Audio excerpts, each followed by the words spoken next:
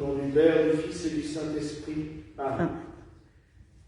Mes très chers frères et sœurs, nous commençons cette longue série de commémorations, de mémoire de la passion de notre Seigneur Jésus-Christ.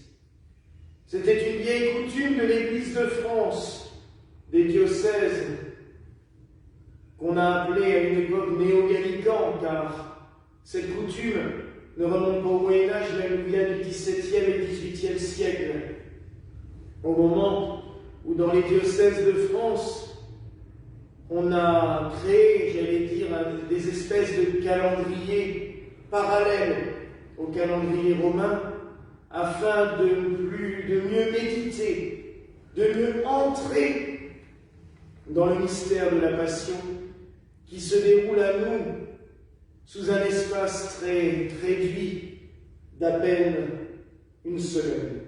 De plus, les différentes célébrations de la Semaine Sainte, s'emboîtant les unes dans les autres, annonçant à chaque fois la suivante, ne permettent pas de commémorer comme il se doit la passion de notre Seigneur Jésus-Christ. Ainsi, comme cela a été fait pour l'Eucharistie, qui a été célébrée pour la première fois le jeudi saint, il y a eu la fête Dieu qui a été créée pour la commémorer. Ainsi, tout au long du temps de la Septuagésime et du Carême, ont été instaurées des fêtes commémorant tels ou tels événements ou tels instruments de la Passion. Aussi parce que de nombreuses églises françaises, et notamment parisiennes, possédaient des reliques de la Passion, qui nous viennent la plupart du temps de Saint-Louis, roi de France, et qu'il fallait pouvoir les célébrer de manière solennelle, voire avec un grand train de festivités. Ici même, nous avons la chance de posséder quelques reliques de la Passion, et c'est ainsi par exemple pour la fête de la Sainte Face, pour la fête de la Sainte Couronne d'Épines, nous pourrons présenter des reliques particulières, et ça c'est aussi un point intéressant et un point fort. Aujourd'hui, nous célébrons la commémoration de l'agonie de notre Seigneur Jésus-Christ au Jardin des Oliviers. C'est un titre long pour une fête. Nous la commémorons avec ferveur, car c'est une prière, et sans doute la plus belle, la plus grande et la plus profonde qu'a fait notre Seigneur Jésus-Christ.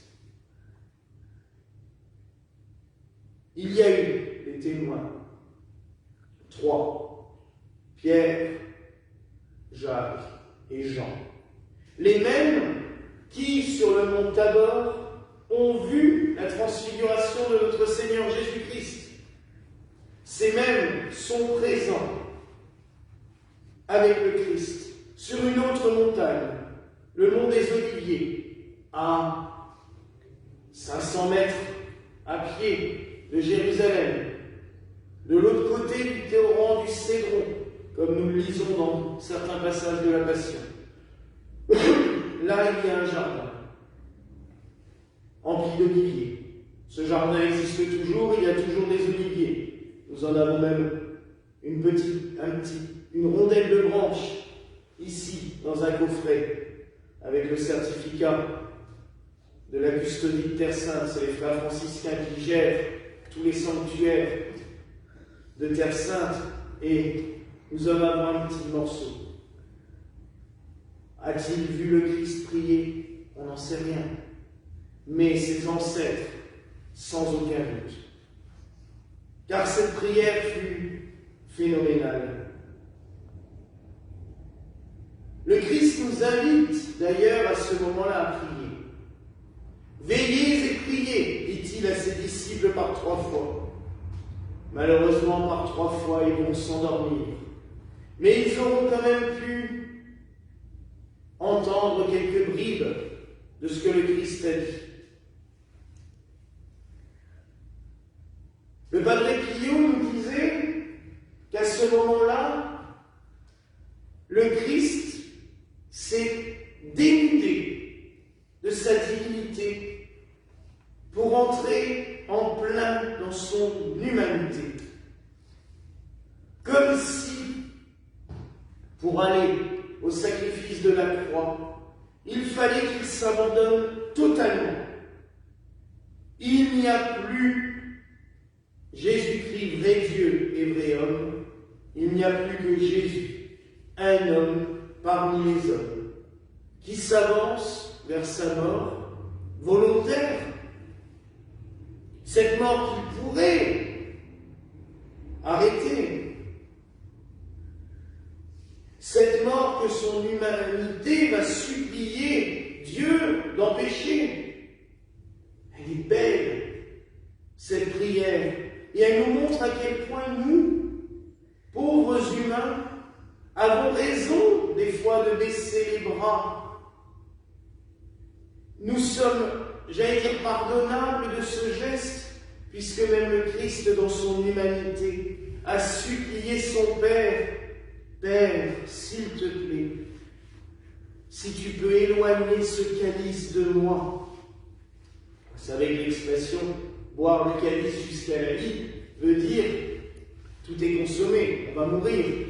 Et le Christ demande à son Père d'empêcher cela, parce qu'il est pleinement homme, et l'homme sait par quoi il va passer, il sait ce qu'il va subir, et il a peur, comme nous aurions toutes et tous peur. Il va même suer du sang et de l'eau. Ce n'est pas un miracle. Il est prouvé que l'être humain, dans des peurs inexplicables, inexprimables surtout, des peurs terribles, souffre d'hémochromatose. C'est-à-dire que les suées froides qui coulent par une capillarité à travers les vaisseaux sanguins se gorgent d'hémoglobine et on sue du sang. On l'a vu dans les camps de concentration. On l'a vu avec des condamnés à mort. Mais le sang qui coula cette nuit-là, dans le jardin des Oliviers, parmi ces arbres, est un sang ô combien précieux, que j'aimerais personnellement me balader dans ce jardin dont la terre est imbibée du sang du Christ. Ce n'a rien demandé, au contraire. Son sang a tellement fertilisé notre terre, a tellement fertilisé notre Église. Je parle de l'Église universelle. Oui, mes frères et sœurs, cette prière, le Christ nous a appris comment prier à ce moment-là. Il va d'ailleurs dire une phrase qui nous rapproche beaucoup de cette prière qu'il nous a appris de notre Père. Quand il dit « Père, éloigne-moi de moi ce calice, mais que ta volonté soit faite, et non la mienne. » Cela se rapproche tellement de cette phrase de notre Père, « Que ta volonté soit faite sur la terre comme au ciel. » Oui, le Christ est là pour faire la volonté de son Père. Oui, mes frères et sœurs, nous avons le droit de baisser les bras. Le Christ ne nous le reprochera jamais. Il l'a vécu. Lui aussi, il aurait préféré que tout s'arrête. Lui aussi, il aurait préféré que des légions d'anges viennent virer à coups de bâton tous ces meurtriers qui ont voulu à sa vie. Mais non. Il s'est soumis à la volonté de son Père, la volonté de Dieu.